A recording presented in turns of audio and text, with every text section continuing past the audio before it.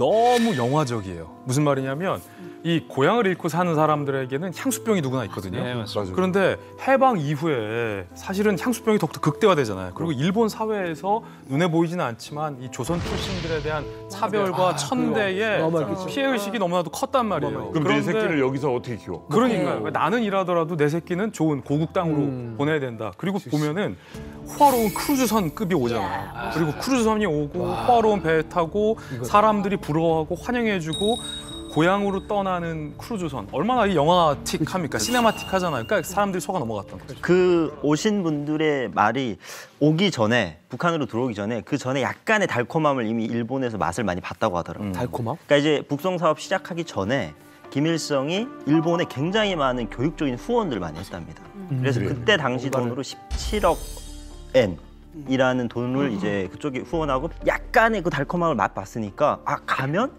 더 많은 것들이 있지 않을까. 조총련계 쪽에다가 북한이 이제 지원을 해주니까 지원을 북송 사업 북한 쪽이 더 풍요롭구나 이런 어떤 환상에 이제 빠지게 되는 건데 실제로 그 당시 상황을 보게 되면은 한국 전쟁 이후에 전후 복구가 북한 쪽이 빨랐거든요. 그러니까 천리마 운동 이런 걸 통해 가지고 복구가 많이 빠른 데다가 당시 분위기가 세계 그 사회주의의 상승기였어요. 그러니까 일본 같은 경우에는 뭐 좌익들은 당연히 사회주의는 좋은 거다. 그러니까 북한도 사회주의다. 그러니까 북한도 좋을 거다라고 당연히 이념적으로 자기 스스로 편향적으로 생각을 해버리고 그 믿어버린 거고요. 또 이제 일본의 우익들은 뭐였냐면 또 다른 이유가 있었는데 치워버리고 싶은 거예요, 이 사람들. 왜냐하면 대부분이 다 극빈층이거든. 라고 한다면 이제 사회복지 비용이 나가잖아요. 그러니까 사실 그 수급자가 우리가 10배가 높았어요. 보통 일본 사람들이 1.2%를 받는다 그러면 제일동포는 12%거든요. 재정 문제도 있고 그러다 보면 당연히 범죄율도 높거든. 사람이 못 살면. 그러니까 그것도 치워야 되고. 그러니까 우익에서는 아 이거 빨리 치웠으면 좋겠다라는 거고 이쪽에서는 이념적 환상에서 빨리 보내줘라. 그러니까 생각해봐. 한쪽에서 이런 얘기를 하면 보통 좌에서 얘기하면 우에서 까고 우에서 얘기하면 좌에서 까고 이러는데 같이 이렇게 하잖아요. 그럼 그게 허구가 현실이 돼버리는 거예요. 그러니까 정보의 양이 지금만큼 많지 않았던 시절에 그 정도의 어떤 사회적 분위기면 충분히 넘어가는 거죠. 근데 그러면 하나 더 여쭤볼게요. 그 이전의 역사로 돌아가서 1950년대, 60년대 이미 해방이 됐단 말이에요. 그렇죠.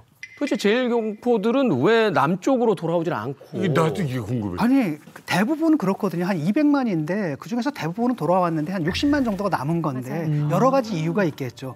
이미 고국으로 돌아오기 전에는 거기서 뿌리가 너무 깊어서 떠나기 힘든 사람들도 있고 아니면 사실 그것도 자비 귀국인데 자기 그 귀국할 돈조차 없어가지고 남는 사람들도 있고 여러 가지가 아마 이유가 있을 거예요. 그래서 남은 사람들이죠.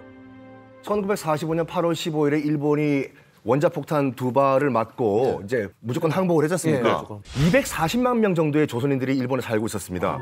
당시 우리나라 인구는 2,400만 명이에요. 10%가 일본에 살고 있었어요. 많이 살았어요. 근데 이분들이 놀러 간 게 아니지 않습니까?